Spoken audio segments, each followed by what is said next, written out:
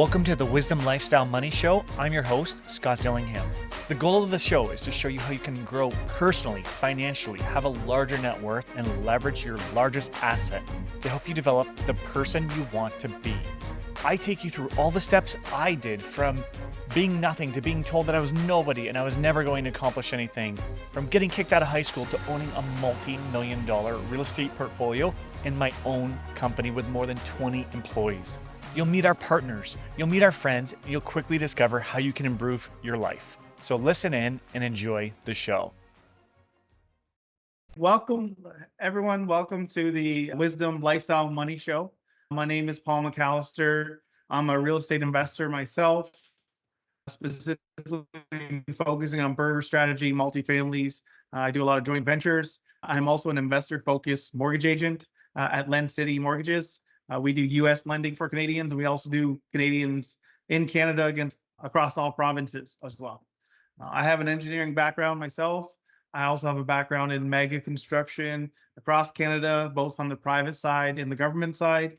And I'm very excited to have a special guest here. His name is Ken Beckingham,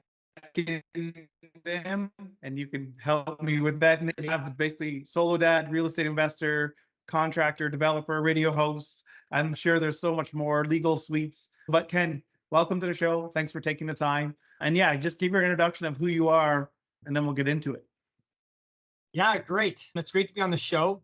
And I apologize in advance if my internet connection is not super great. I do live out here on a farm out in the country. And yeah, I've been investing since about 2010. And so many of our listeners, I was actually working a full-time job. I was actually a landscape designer working for a landscape contractor at the time and working on designing out people's backyards with all the nice pools and waterfalls and covered porches and barbecues and all of that kind of stuff. But my side hustle at the time was, buying bungalows and converting basements into apartments and having student rental properties. And it wasn't until 2018, so 8 years later, that I finally had enough kind of cash flow and income coming from my rental portfolio at the time. And at the time, I had about 5 properties to my name. And it was enough for me to kind of quit and be able to go into full-time real estate investing.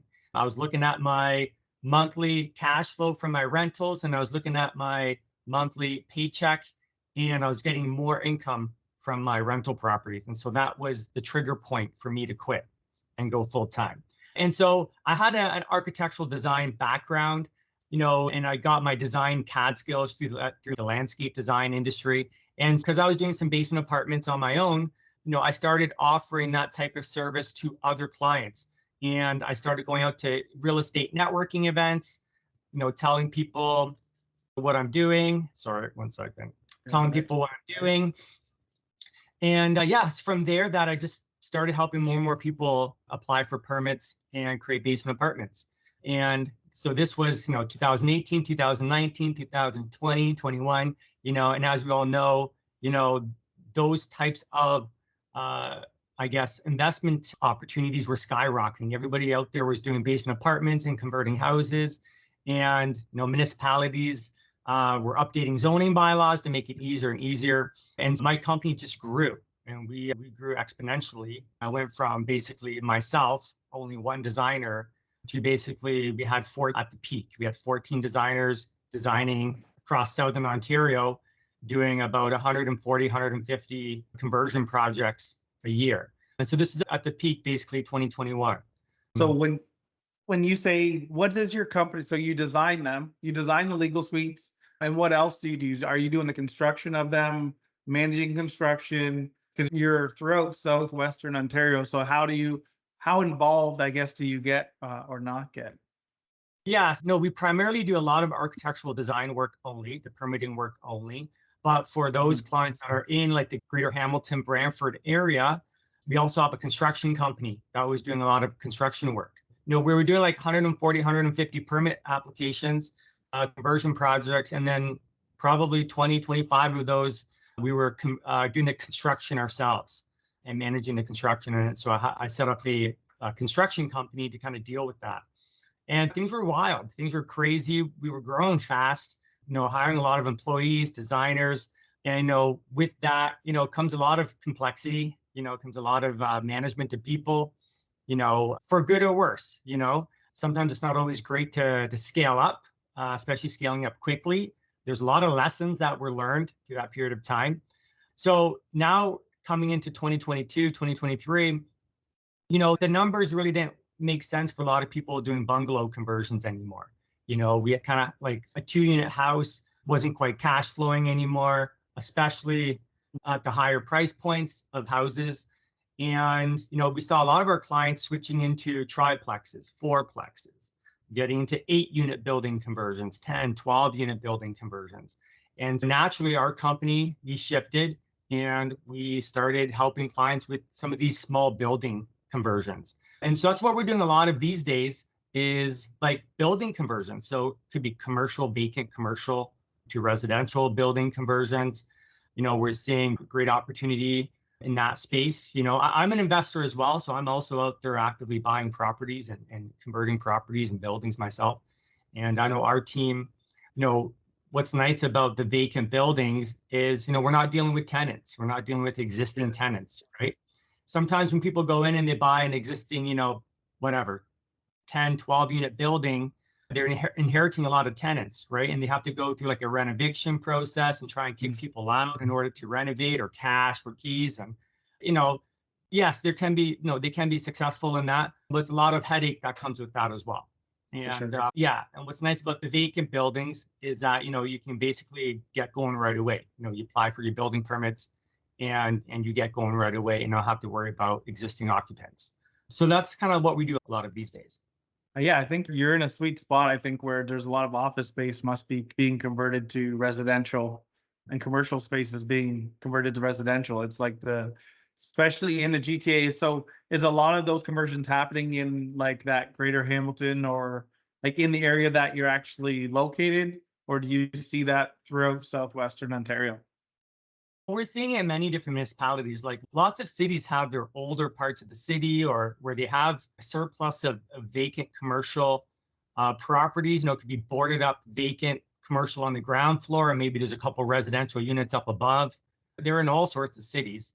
And yes, we do a lot of work in the Hamilton area in particular, just because, that particular city does have a lot of these types of units. But, we're seeing a lot of projects in some of the small towns like Delhi, Simcoe, Norfolk County, St. Thomas, Brantford, just lots of little kind of smaller little, municipalities that have kind of these older downtown corridors and, lots of these kind of like older commercial buildings. It's perfect. Are you finding your clients are from those places or is it investors all over? What is your typical client, I guess? Like, how are you getting your business, or where do you see like a trend in where your business comes from? No, we're very active on social media. I know we put out a lot of content on Instagram and Facebook and YouTube. And, our client base are other real estate investors. And, where are real estate investors hanging out? They're hanging out online. They hang out at the different networking events. And so we're there. We're actively going out there and networking in the community to get our name out there and, also educate people on, the different opportunities that are right there in front of them now, especially with all the changes the province has made to provincial policy and municipalities have made with zoning bylaw changes, to allow for this further density of housing units. And, we get clients from all over Ontario and, they're going all over Ontario, basically looking for opportunity. Right. And we're finding that in some of these smaller towns, it's, not as much competition. Price points are lower. Oftentimes, it's a little bit easier to work in these municipalities because there's less people, in the building departments and the planning departments. And it can be, less red tape, if you will, to kind of get a permit approved in some of these smaller towns. Mm. And yeah, it's, what, there's opportunity everywhere out there for investors. And yes, interest rates are high right now, but this means you have to be more creative with what you do and creatively creating deals. Yeah, I think people always say it's high, and it's high, but being creative will actually pay off in the end when those interest rates do come down, right? You are not married to an interest rate. They will come down sooner or later. And I think it's really forced people to get more out of properties than ever before. One thing I want to say, just for I've been looking at your social media. You provide for, I will put it in, it will be in the description. But yeah, a lot of value for investors, a lot of good information about secondary dwellings. And I know you kind of think a lot like me, and that's why I was really excited. I like to been raised outside of Windsor, Ontario. It's called Amherstburg, Ontario, and I actually have a relationship with the basically all of the town members because I'm always calling them asking about properties. I can literally go in there, sit down with them, and go through. Like that's something I think that you don't get in a lot of municipalities. If I were to do that in Windsor, it wouldn't happen. But I can actually go and have a question. I can sit down and get an answer. So I can appreciate what you're saying in terms of the small municipalities, easier to work for. Like, imagine that happening in any big city. It just, it doesn't happen. Um, Yeah, the thing is, the province and municipalities are making it much easier for us investors to increase density. You know what? There's a lot of things that our governments do to make our lives miserable, and increase costs on us and issues at the landlord tenant board and all these other matters. But on one thing that they are doing right is that they are allowing for increased density. So what that means is that, go out there and find the biggest house, the biggest building on the biggest piece of land that you can afford, because it's going to be ripe for opportunity to make that single family home into maybe an eightplex, okay, or to sever a lot and build two multi-residential buildings. A lot of these municipalities, especially along the arterial roads or their main corridor roads, they're creating these intensification corridors where they're really upping the density along these major roads. Try and find, a building or big house or, whatever it is on some of these arterial roads and collector roads, these intensification corridors, because it's ripe for redevelopment. And it's getting much, much easier. so then, great question. I think for investors, I'm asking this really question myself. So if I find a property, um, and I'm like, oh, this has a lot of potential. At that point, is that when would I be contacting your company? Would I be contacting you? Like at what point am I reaching out to contact you for your services? Yeah, it happens a lot. We get a lot of, real estate investors, realtors who will, they come across a good potential property that they come across on realtor.ca or whoever wholesale list or however it comes to them. And then they say, hey, Ken, we got this property. What do you think we can do with it? Here's what we're thinking. Like, can you confirm that for us or what have you? And so then, yeah, I look into the zoning bylaw. We look into the permitted uses. We figure out what's currently permitted under the bylaws for density. And if they do allow that density, what are some other considerations that we have to be aware of, such as parking, lot coverage, landscape area, amenity space, bicycle parking, whatever it may be. And try and determine, can we do this all as of right under the zoning bylaw, or is it going to trigger a minor variance? Or further, is it going to trigger like a zoning bylaw amendment or a rezoning of the land? Trying to inform our investors kind of what are they up against? Is this going to be a relatively easy conversion project from an approvals perspective, or are there some hoops that we have to jump through so that they can make an informed decision about purchasing the building? And it's not just the zoning bylaw or the planning side of the approvals that we have to be concerned about. It's also, does the house or the building, can we comply with minimum building code requirements for the amount of units that we want to do? Because so many smaller investors, they might be exposed to doing a basement apartment or a 2-unit house conversion, and there's a big difference in the building code between what we define as a house, which is 2 units or less, and what we define as a building, which is 3 units or more. And there are some major key differences on building code between the 2 different types of structures. Like like minimum ceiling heights is a big one. Means of egress is a big one. Fire separation, right? And just because the zoning may permit a triplex, a fourplex, an eightplex, that doesn't necessarily mean that the building that we're looking at can actually comply with building code. So so this is how our company gets involved, basically helping the client with a feasibility study to see if this is going to be a feasible project or not. Yeah. So if I were, I know it would obviously, this is a range of an answer, but what would that cost? So if I have a property, say it's a, yeah, I guess it depends on the size, the level of effort, but what kind of typical cost would it be for a feasibility study? If I have a potential property, I want to contact you guys, like how, yeah, what would I expect? Is that like an assessment case by case, or do you have a standard or a typical kind of? So when people reach out to us, we encourage them to book a consultation, and it's a free 30-minute consultation. And we do it on phone or on Zoom.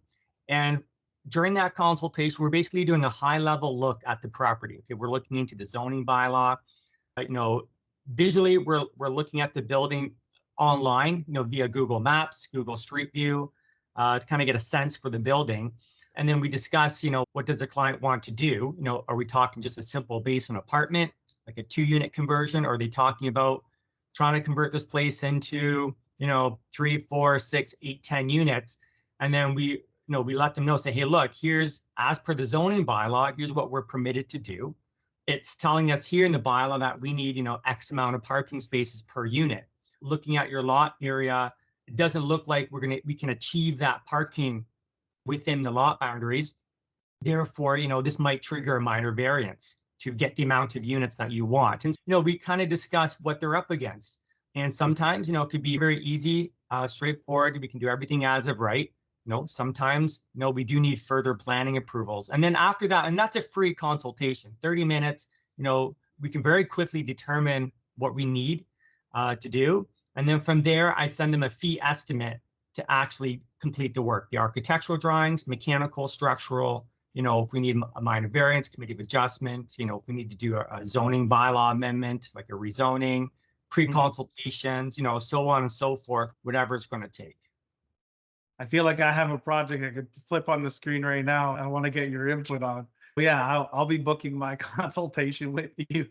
But yeah, that makes a lot of sense, and it sounds like a really good service. And I guess it will lead, that free consultation leads to kind of some comfort dealing working with you, and then it leads to business. It makes a lot of sense.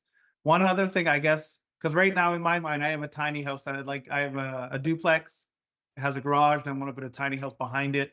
So my question to you would be like, what is the biggest I can go? What is the most I can get? So it feels like it would fit into that realm of a free consultation. Yeah, exactly. And, again, for the most part, there's so much that we can just do online to figure out, if the project is going to be feasible or not without even having to make a visit to the property. The only reason you'd have to make a site visit prior to, starting any sort of technical design work is really to maybe determine a building code issue, a ceiling height dimension or something. Yes. Or some sort of thing where we have to take a physical dimension in order to kind of confirm something. Just from a high level perspective to figure out whether or not it's going to be allowed or not, that can all be done online, which is great. Yeah, I agree. That's one of the reasons I like kind of working in my area is I have the aerial shots that they take every year, and you can actually, it's geocortex. You can flip through and see what the property looked like for the last 20 years. They take it once a year, and you can actually measure from the sky, and that's how you can really easily see your lot coverage and those types of things. It's not going to be the most accurate, but it's still pretty accurate, I find. Yeah, when we get into the larger vacant commercial building conversion projects, yes, we look at the zoning bylaw, make sure that, like a multiple dwelling, an apartment dwelling is going to be permitted. But in order to kind of figure out your unit count, so let's say we're walking through a 14,000 square foot building, vacant commercial building, we're trying to understand, okay, how many dwelling units can we actually fit within this large, vacant space? Then that's where it's really important to do a physical walkthrough of the building to see how it's laid out. Where are the windows? How are we going to get in and out of the building, like our means of egress? And because, again, we have to comply with minimum building code requirements for a dwelling unit. And when you're doing a larger, conversion project, it's really vital to understand with accuracy what your actual unit count is going to be in the build. Are we talking 10 units? Are we talking 15? Are we talking 18 units, 20, whatever case may be? Because that directly goes back to the feasibility of the project. How many units? ultimately how much can you pay for the building? Because once we have our unit count, then we can figure out our average rent per unit. We can figure out what our expenses are going to be, what our renovation expenses are going to be, and basically figure out what our net operating income is going to be for the building. And that ultimately will determine our purchase price. So it's more important on the larger commercial building conversions to do a physical walkthrough to basically get that unit count. Whereas on the smaller projects, like a bungalow conversion, a triplex, a fourplex, other than maybe confirming a ceiling height dimension, we really don't need to do a physical walkthrough. Makes a lot of sense. I think I have a question there. So I know we talk about during COVID, I started again on the legal suites. So in my municipality, they allow a mother-in-law suite and then a secondary dwelling unit, main unit, mother-in-law suite, secondary dwelling. For the first one that I had done back in 2021, I converted the lower to a mother-in-law suite. And then the garage was a detached garage. I converted into a legal dwelling unit or a secondary dwelling unit.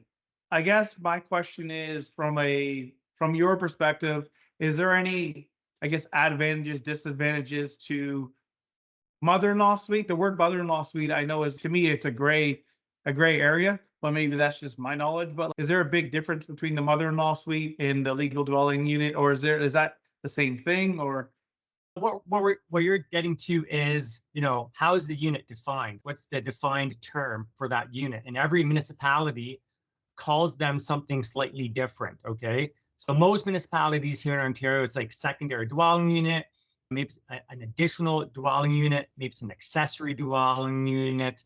Mother-in-law suite is not used anywhere in Ontario as a defined term. That's a term that realtors use when they list a property, especially if they know it's not a legal apartment, they'll list it as an in-law suite. And to me, like when I see a listing and I read in-law suite, to me, it's a red flag that, okay, this apartment may not be legal. Most likely it's not a legal apartment.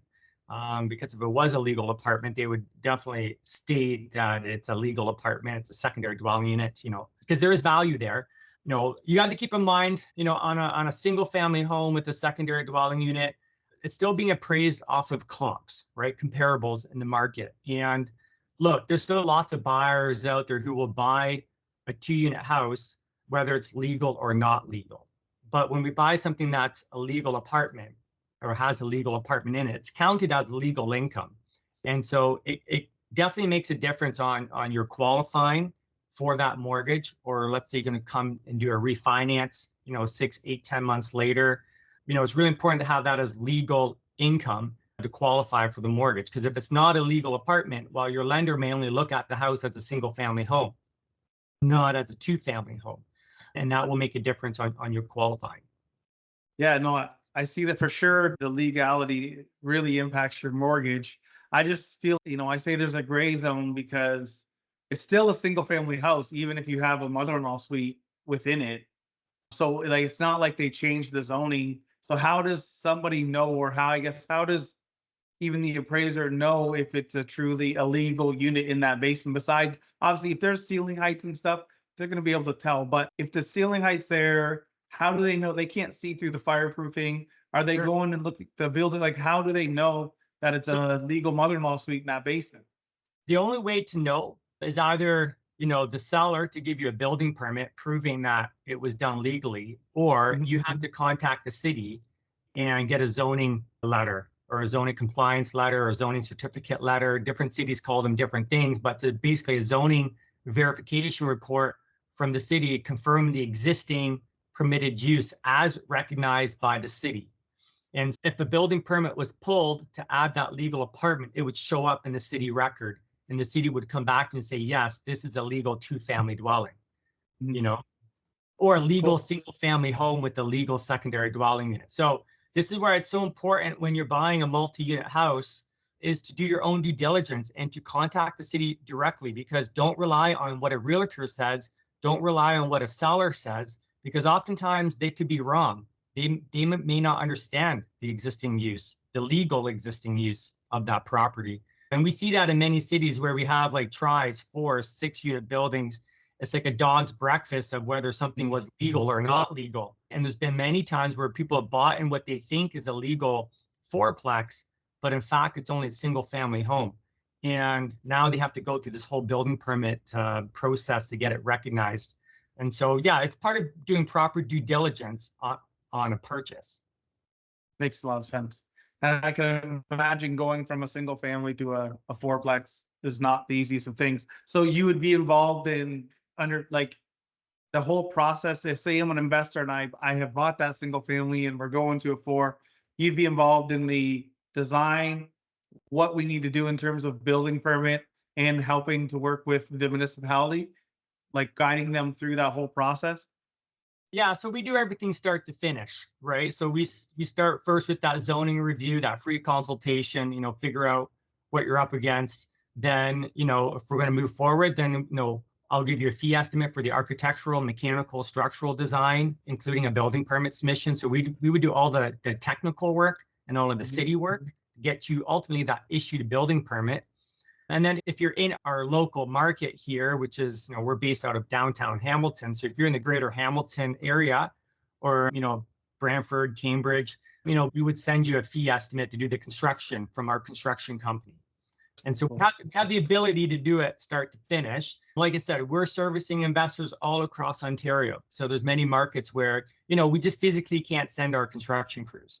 As much as I would love to have a construction crew that's covering all of Ontario, that's very challenging, right? But from the designing, permitting, consulting side of the business, we help people everywhere. Yeah. I think that's really valuable. Even if you were far away, you still have an idea of the cost to a certain degree or a rough order of magnitude. It really helps, I think, from a remote kind of client, is it adds value that you have that construction company as well where you are.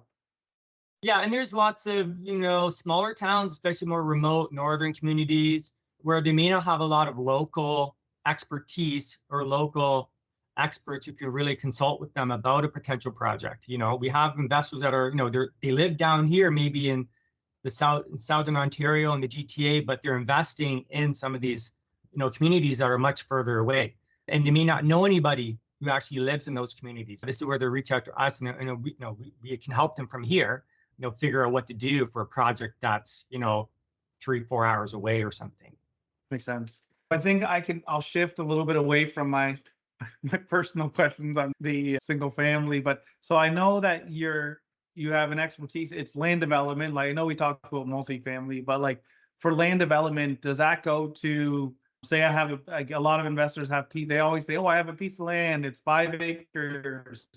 I want to know what I can do with it. What is the highest and best use? Is that something that you also get involved in, or where's the line? Yeah, so increasingly we're getting into more land use planning and land development work.